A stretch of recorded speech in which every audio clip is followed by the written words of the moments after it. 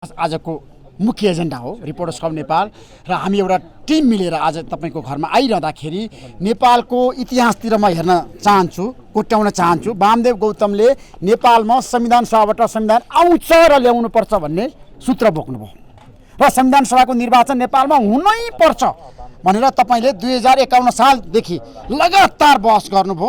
त्यसपछि देशमा गणतन्त्र पनि आयो, संहिता पनि आयो, 12 बुँदे सम्झौताको सूत्रधार पनि तपाईँ हुनुहुन्छ। आज प्रचण्डलाई गएर तपाईँले रोल्पामा भेट्नुभयो, कहाँ भेट्नुभयो र यहाँसम्म नेपाललाई ल्याइ पुर्याउनु भयो। सङ्घीय लोकतान्त्रिक गणतन्त्र नेपाल बनाउनको लागि तपाईँको महत्त्वपूर्ण भूमिका छ।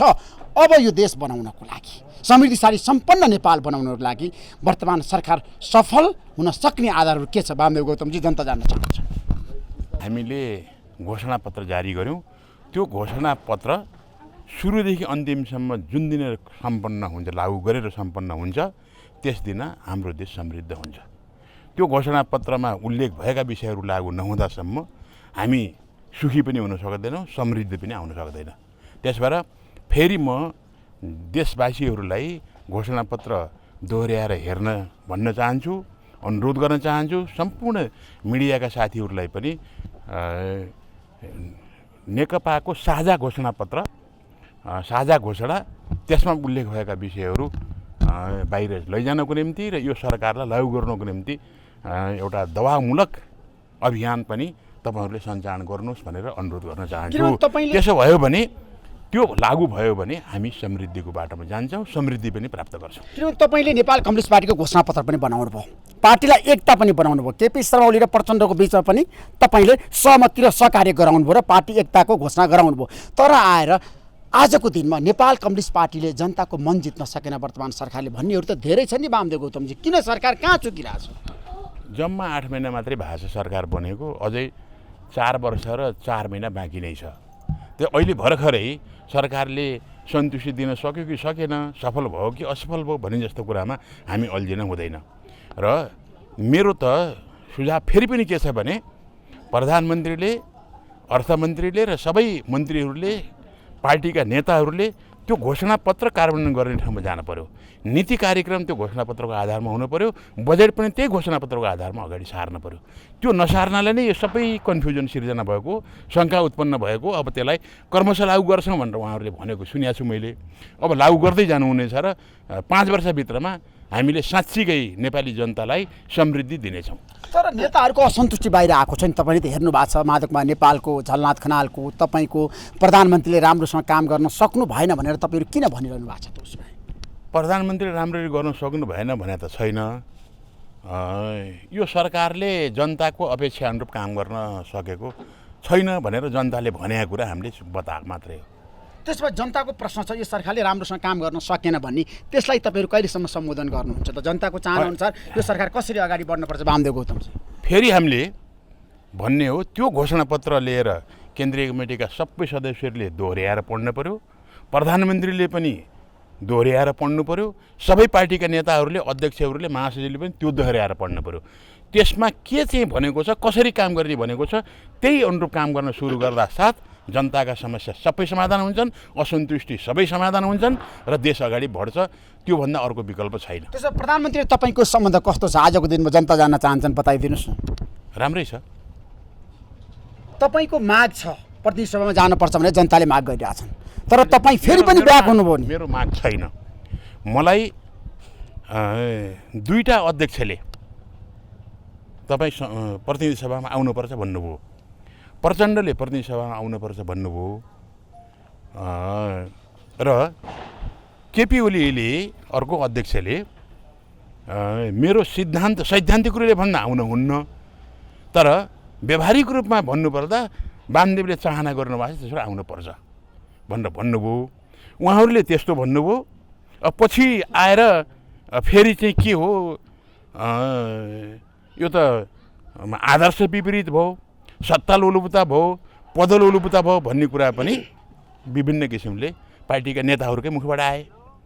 त्यसो भएर अब मेरो चाहिँ आवश्यकता छ कि छैन, के छ कस्तो छ भन्ने सम्बन्धमा त म एउटा व्यक्ति हो, संसदमा गएँ भने एउटा व्यक्ति जाने हो, त्यही हो। तर पार्टी एकताको सूत्रधार वामदेव गौतम प्रतिनिधि सभा हुनुपर्छ भन्ने जनमत त पार्टीभित्र छ नि आजको दिनमा। तपाईँ त्यहाँ जाँदाखेरि सरकार बलियो हुन्छ, सरकारले राम्रोसँग काम गर्न सक्छ भन्ने कुरालाई किन नेताहरूले बुझ्नु भएन होला त प्रचण्ड र केपी शर्मा ओलीले? उहाँहरूलाई सोध्नुपर्छ त। भनेपछि दुवै नेताले सहमति गर्नुभएको तपाईँ प्रतिनिधि सभा जानुपर्छ भनेर? उहाँहरूले कतिसम्म गर्नुभएको भने वामदेव गौतम निश्चित जित्ने निर्वाचन क्षेत्रमा जानपर्छ, त्यो ठाउँको निर्वाचित सदस्यले र त्यहाँका जनताले साँच्चीकै वामदेव गौतमलाई हामी जिताउँछौँ भनेर भन्नुभयो र स्वेच्छाले सिट खाली गर्नको राजीनामा दिन तयार हुनुभयो भने त्यो ठाउँमा उहाँ जाने भनेर सर्वसम्मत निर्णय भएको हो। स्थायी समितिमा पनि छलफल भएको हो, सचिवालयमा पनि छलफल भएको? स्थायी भएन, सचिवालयमा सर्वसम्मत रूपमा सहमति भएको, सर्वसम्मत नेताहरूको बीचमा कुनै विमति थिएन। तर पछि आएर विमतिहरू प्रकट भयो। त्यो बुझ्नु पर्यो किन त्यस्तो किसिमको मैले बुझ्न सकेको छैन अहिलेसम्म। त्यसमा कम्युनिस्ट पार्टीलाई तपाईँले एकताबद्ध बनाउनु, तर गाउँमा छ नि अझै पनि क्षेत्रमा किन पार्टी एकता हुन सकेको छैन? कार्यकर्ता अन्यलमा छन् वामदेव गौतमजी। मैले 4 महिनासम्म एकता नभएपछि 5औं महिनामा मैले सचिवालयको बैठकमा भने केन्द्रीय कमिटीका सदस्यहरू कार्यविभाजन भएको छैन, तलतिर कहीँ एकता पार्टीको एकीकरण हुन सकेको छैन, मलाई एउटा म्यान्डेट दिनुहोस्, 3 महिनाभित्र मैले पार्टी एकीकरण गराएर तपाईँहरूलाई बुझाइदिन्छु, कुनै विवाद नगरिकन विवाद रहित मैले एकता सम्पन्न गरिदिन्छु भनेर मैले भनेको थिएँ। मसँग त्यो कुशलता छ, क्षमता छ, म त्यो गर्न सक्छु भनेर भनेको थिएँ। तर उहाँहरूले सुन्न त, तर यत्रो लाग्दाखेरि त भएन, तपाईँ एक्लोले कहाँ गर्न सक्नुहुन्छ र भन्नुभयो। कहिलेकाहीँ एक्लो व्यक्तिको पनि ठुलो महत्त्व हुन्छ। म त्यसमा विशेषज्ञता हासिल गरेको व्यक्ति हो। 50 वर्षदेखि म त्यो कम्युनिस्ट पार्टीको काममा सङ्गठनमै लागेको मानिस हो। नेपालको अधिकांश क्षेत्रमा मैले निर्माण गरेको पार्टी नै आज फलेको फुलेको छ। त्यसो भएर मैले फेरि पनि गर्न सक्छु, मलाई दिनुहोस् त जिम्मा भनेर भनेको थिएँ। आज पनि तुरुन्तै एकता भइरहेको छैन, मेरो जिम्मा छैन, जिम्मेवारी अरू साथीहरूले लिनुभएको छ, उहाँहरूले ल्याउनु होला भन्ने विश्वास छ। त्यसमा भागबन्डाको कारणले गर्दाखेरि तपाईँलाई थाहा छ नेपाल कम्युनिस्ट पार्टीमा पछिल्लो समय माधव कुमार नेपालको मान्छे, वामदेव गौतमको मान्छे, केपी शर्मा ओलीको मान्छे वामदेवको मान्छे र प्रचण्डको मान्छे भनेर भागबन्डा लगाउन थालिएको छ नि त पार्टीभित्र, स्थायी समितिमा पनि तपाईँलाई थाहा छ, सचिवालय पनि उहाँहरूलाई प्रदेशको गठन हुँदाखेरि। उहाँहरूलाई नै सोध्नुहोस्, मैले जिल्लामा मेरो मान्छे भनेको छैन। अहिले पार्टी एकीकरण भएपछि 441 जना केन्द्रीय कमिटीका सदस्यहरू छन्, तिनी सबै मेरा साथीहरू हुन्। त्यहाँभित्र मैले मेरा कामरेडहरू कति छन्, फलानाका कामरेड कतिका छन् भनेर मैले खोजेको छैन। 441 जना नै म समेत भने 440 जना मलाई अलग गर्ने हो नि मेरा कामरेडहरू हुनुहुन्छ। मैले उहाँहरू सबैलाई मेरा ठानेको छु, मैले अरूको ठानेको छैन। मेरो व्यवहार पनि त्यही छ। त्यसो कतिपय साथीहरूले भन्नु तपाईँले गुट खडा गर्न पर्यो भनेर भन्नुहुन्छ, किनकि अरूले गुट खडा गरेका छन्, त्यस भएर अलि भनेको कुरा चाहिँ पाउँछन्। तपाईँले त आफ्नो गुट भएको चाहिँ गुट पनि सिद्ध्याउनु भयो, नयाँ गुट चाहिँ बनाउनु भनेर भन्नुहुन्छ, त्यसो भएर तपाईँ कमजोर हुनुभएको छ भनेर केही साथीहरूले भन्छन्। तर पनि म त्यो गुटबन्दीमा लाग्दैन। तर नेपाल कम्युनिस्ट पार्टीभित्र अब गुटबन्दी अन्त्य गर्न सक्नुहुन्छ तपाईँले? त्यो किसिमको सामर्थ्य छ वामदेव गौतमसँग? हेर्नुहोस्, कम्युनिस्ट पार्टीमा होस् कि सरकारमा होस् कि अरू कुनै पार्टीमा होस्, कुनै पनि व्यक्तिले कमिटीको एउटा सदस्यको नाताले पार्टीको एउटा सदस्यको नाताले म यो सबै गर्छु भनेर भन्न कोही सक्छ? तर यस्तो भन्न सक्ने क्षमता पार्टीको अध्यक्षसित हुन्छ, कुनै पनि पार्टीको सभापतिसित हुन्छ, मुख्य व्यक्तिसित हुन्छ। म मुख्य व्यक्ति त होइन नि। म मुख्य व्यक्ति हुन्थेँ भने जेठ 3 गते केन्द्रीय कमिटी एकीकरण भएको, जेठ अन्तिममा मैले देशभरिको सबै पार्टी एकीकरण गर्ने थिएँ, सबै जनवरीसँग एकीकरण गर्ने थिएँ र असारको 1 गतेदेखि हामी एकीकृत पार्टीलाई जनताको घर दैलोमा स्थापित गर्नको निम्ति आह्वान गर्ने थियौँ र एउटा ठुल्ठुला सभाहरू गरेर एकीकरण उत्सव चाहिँ हामीले गर्ने थियौँ। त्यसमा एकतामा तुसरापात हुने हो कि फेरि पनि त्यतातिर तपाईँले ध्यान दिनुभएको छ? त्यतातिर मैले ध्यान दिएको छु। अहिले कस्तो भएको छ भने पार्टी एकता टिक्ने कि नटिक्ने, जनताको बिचमा पार्टी लोकप्रिय हुने कि नहुने कुरासित सम्बन्धित भएको छ। त्यसो भएर अहिलेको सरकारको क्रियाकलापसित हाम्रो पार्टीको सुदृढ एकता पनि सम्बन्धित भएको छ। यो सरकारले ठिक किसिमले काम गर्न सक्यो, साँच्चीकै त्यो घोषणापत्रको आधारमा कामहरू चाहिँ गर्न सक्यो, पार्टी एकता पनि सुदृढ हुन्छ, यो पार्टी झन शक्तिशाली भएर जान्छ। गर्न सकेन भने म भन्न सक्दैन। तर वामदेव गौतम किन चाहिँ गएन भनेर पनि सुन्नुहोस् न, केपी शर्मा ओलीलाई संसदीय दलको नेता बनाउनु भयो, पार्टीको अध्यक्ष पनि बनाउनु भयो र प्रधानमन्त्री पनि बनाउनु भयो, र प्रचण्डलाई नेपाल कम्युनिस्ट पार्टी एमालेमा आजको दिनमा एकताबद्ध गराएर नेपाल कम्युनिस्ट पार्टीको गठन गर्नुभयो। तपाईँले दुवै नेतालाई छ नि सँगै राखेर यो कुरा भन्न सक्नुहुन्न? तपाईँहरू कहाँ चुक्नुभयो, कसरी कमजोर हुनुभयो, किन सरकारले काम गर्न सकेन भनेर आज वामदेव गौतमले प्रचण्ड र केपी शर्मालाई भन्न नसक्ने? हिजो मिलाउन सक्ने आज त्यो अवस्था सकेको छैन। मिलाउने भनेर भनेको पार्टीलाई हो, व्यक्तिलाई चाहिँ मैले गरेको होइन। पार्टीलाई मिलाउनको निम्ति मैले गरेको कोसिस हो, त्यसमा म सन्तुष्ट छु। पार्टी एकीकरण भएको छ। यो एकीकरणमा मेरो मात्रै योगदान होइन, सबैको योगदान छ। अन्तिममा एकीकरणको कागजमा हस्ताक्षर गर्ने दुईजना अध्यक्षको पनि योगदान छ। त्यसबाट मैले नै सबै गरेको भनेर मैले भन्दैन, तर मैले स्टार्ट गरेको हो। गाडी कति त उठ्छ भनेर भन्ने कुरा त चाबीले स्टार्ट गरेपछि नै थाहा हुन्छ। चाबीले स्टार्ट गर्ने काम मैले गरेको र मेरो भूमिका, मेरो महत्त्व त्यति मात्रै हो, त्यहाँभन्दा बढी होइन। तर उहाँहरूले नै यो सबै चाहिँ काम गर्ने हो। र यो एकता वास्तवमा निस्वार्थ रूपले यो पार्टी एकीकरणको निम्ति र नेपालमा समाजवाद निर्माणकै निम्ति यी सबै कुराहरूलाई जनतासित, राष्ट्रसित, अन्तर्राष्ट्रिय कम्युनिस्ट आन्दोलनसित सम्बन्धित बनाएर एकीकरण गरेको भए हाम्रो बिचमा समस्या केही पनि हुने थिएन। त्यसबाट हामी यो एकीकरणलाई आफ्नो स्वार्थ, हिजोको कुन गुटमा थियो, कुन पार्टी पक्षमा थियो, कतातिर थिए मानिस भनेर भन्ने कुराको आधारमा होइन, कि योग्यता, क्षमता, वरिष्ठताको आधारमा एकीकरण गरेर जाने हो भने अहिले पनि हामी अगाडि बढ्न सक्छौँ। त्यसो भए आजको दिनमा कम्युनिस्ट पार्टीमा तपाईँलाई थाहा छ सामूहिक नेतृत्वले अगाडि बढ्ने परम्परा र मान्यता छ। तर नेपाल कम्युनिस्ट पार्टी आज प्रधानमन्त्री केपी शर्मा ओली र प्रचण्डले जे भन्यो त्यतातिर जान्छ। नेताहरूको भूमिका अत्यन्त कमजोर भएको हो, तपाईँको, माधवमा नेपालको, झलनाथ खनालको। मैले नेताहरूको भूमिका कमजोर भएको भनौँ भने अहिले यो तपाईँहरूको यो भैलो कार्यक्रममा सुरुदेखि अन्तिमसम्म मेरै प्रशंसा गर्नुभएको छ। यस्तै माधव कुमार नेपाल कहाँ गएर भने उहाँलाई त्यस्तै भन्नुहुन्छ होला, प्रचण्ड कहाँ गएर भने प्रचण्डलाई यस्तै भन्नुहुन्छ होला, झलनाथ गएर यस्तै भन्नुहुन्छ होला, शेरबहादुर कहाँ गएर पनि शेरबहादुरलाई यस्तै प्रशंसा गर्नुहुन्छ होला। मैले चाहिँ अब त्यसो भएर होइन, तपाईँको कामको हामीले मूल्याङ्कन गरेका छौँ। तपाईँले गणतन्त्र दिनुभयो, संहिता दिनुभयो हाम्रो देशलाई। होइन, जे भए पनि काम नगरेको भए यो प्रशंसा हुने थिएन होला, भन्नुभयो, राम्रै भयो। यसमा त कति बढाइ चढाइ गर्नुभएको छ, कति सत्य हो, तर केही सत्य हो।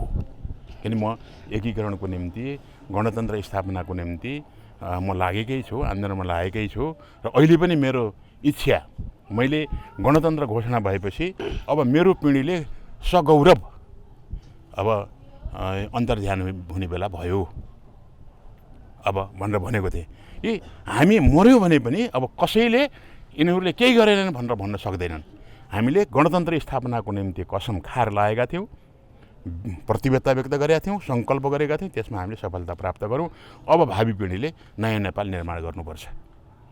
तर मैले पछि फेरि के भने जिम्मेवारी हाम्रै काँधमा आयो, नयाँ नेपाल निर्माण गर्ने काम पनि हाम्रै हो। त्यसबाट कम्युनिस्ट पार्टी एकता गर्ने अब मेरो एक मात्र उद्देश्य हो।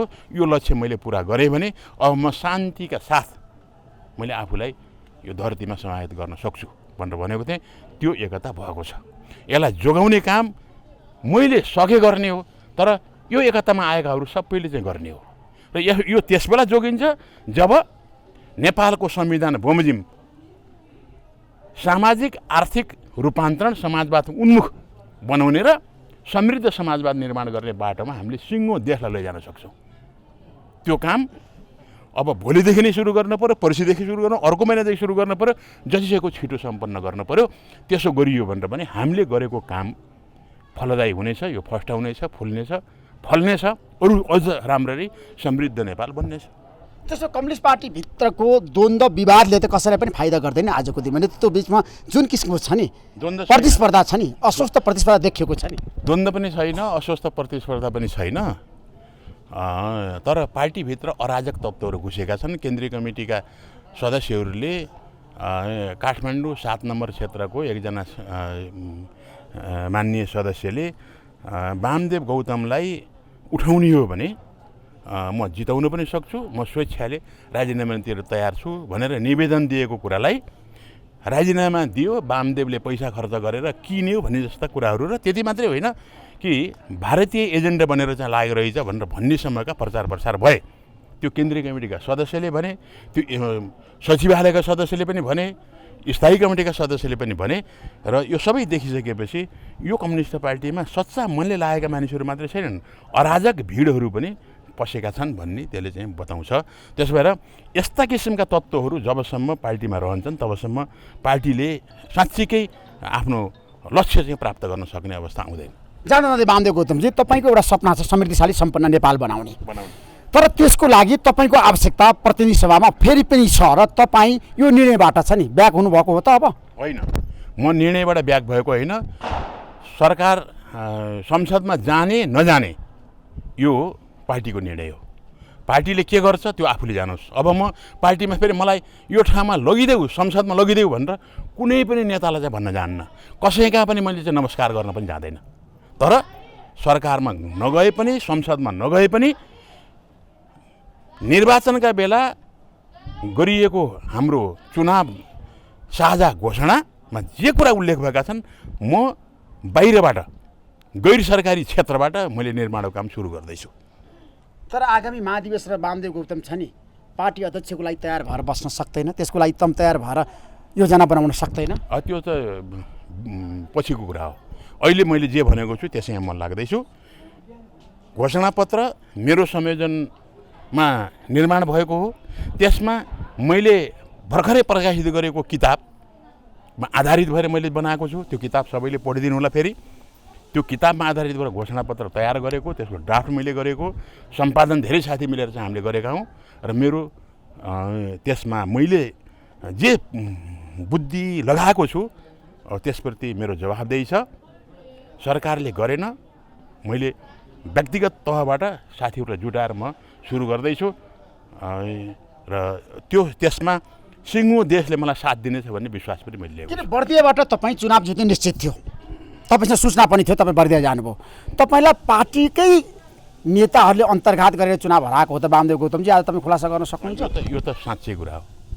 किनभने स्थानीय तहको निर्वाचनमा नेपाली काङ्ग्रेसको जम्मा त्यो क्षेत्रमा 24,000 मत, 24,000 माथि एक मत पनि होइन, 26,000 नेकपा माओवादी केन्द्रको मत र नेकपा एमालेको 30,000 मत थियो।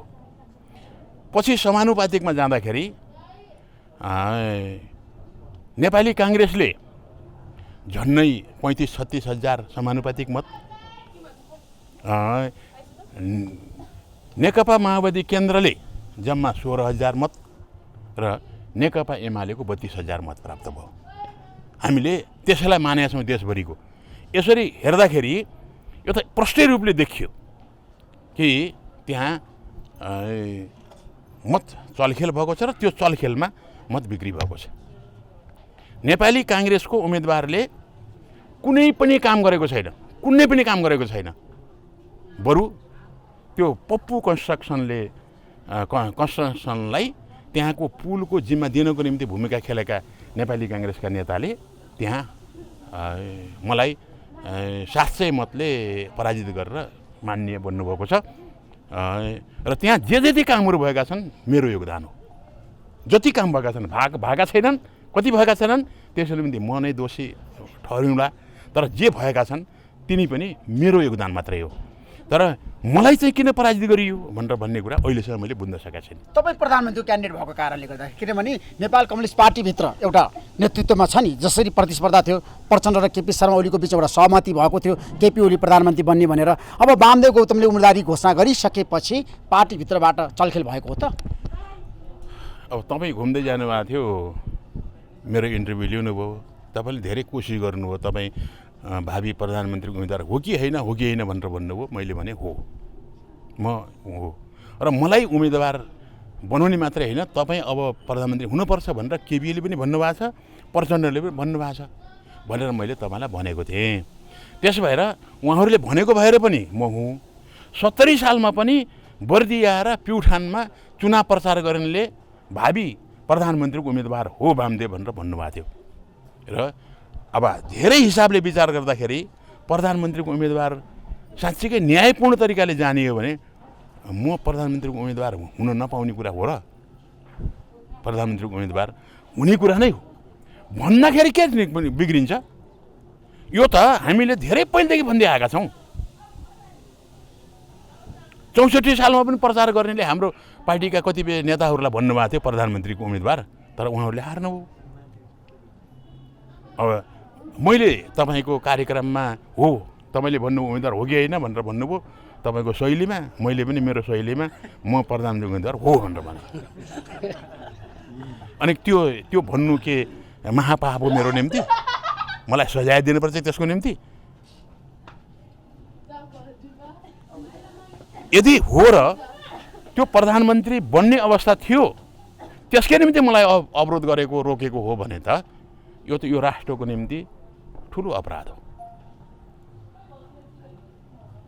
वामदेवजी, तपाईँको यो मार्मिक तर्क सुनिसकेपछि जनताले हेरिरहेछन् होइन? आजको दिनमा एउटा ठ्याक्कै मलाई के बताइदिनुहोस् भने यो देश बनाउनको लागि सबै पोलिटिकल पार्टीलाई मिलाउने पनि तपाईँ नै हो विगतमा, तपाईँले 12 बुधे सम्झैदेखि। मैले मात्रै सक्छु, अरू कसैले सक्दैन। तर त्यसमा अब म 10 वर्ष सत्ताधारी पार्टी प्रतिपक्ष पार्टी भनेर भन्ने होइन, जसको संसदमा जे हैसियत छ तदनुरूपको सरकारमा प्रतिनिधित्व गराउने गरी एउटा राष्ट्रिय सहमतिको राष्ट्रिय एकताको सरकार बनेर जानुपर्छ र त्यो सरकारले देश निर्माण गर्नुपर्छ र साँच्चीकै त्यसो गरेर सारा संसारभरिबाट लगानी ल्याउन सकिन्छ र हाम्रा प्राकृतिक स्रोत साधनलाई प्रयोग गरेर पनि हामी जान सक्छौँ र त्यस्तो किसिमको नेपाल हामी सबैले निर्माण गरेको नेपालको रूपमा कम्युनिस्ट पार्टीले मात्रै निर्माण गर्यो भन्ने सन्देश नजाने गरी हामी सबै गणतन्त्र ल्याउने पार्टीहरू मिलेर फेरि देश निर्माण गऱ्यौँ, एउटा समाजवादी देश निर्माण गऱ्यौँ, समृद्ध नेपाल निर्माण गऱ्यौँ